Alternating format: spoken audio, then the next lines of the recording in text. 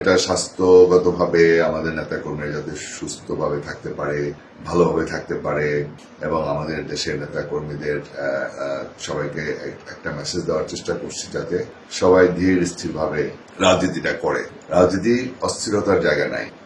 Have patience, ধৈর্য ধরতে হবে। এবং বলছি যে স্বাস্থ্যের দিকেও নজর রাখার জন্য বলছি, স্বাস্থ্য যেন ভালো থাকে, বেশি বেশি খাবেন না, কম কম খাবেন, তাহলে স্বাস্থ্য ভালো থাকবে। এবং এই কথাও বলেছি যে যেমন রেফারেন্স দিচ্ছি, দেখেন রাজনীতিটা একটা ম্যারাথন রেস, এটা অনেক দূর যেতে হয়, ধীরে ধীরে যেতে হয়। আপনি যদি জোরে দৌড় দেন ম্যারাথন রেসে, জোরে দৌড় দিলে পরে আপনি ম্যারাথন রেসে লক্ষ্যে পৌঁছতে পারবেন না। আপনি মাঝপথে আপনি হোঁচট খেয়ে পড়ে যাবেন, চিত হয়ে পড়ে যাবেন।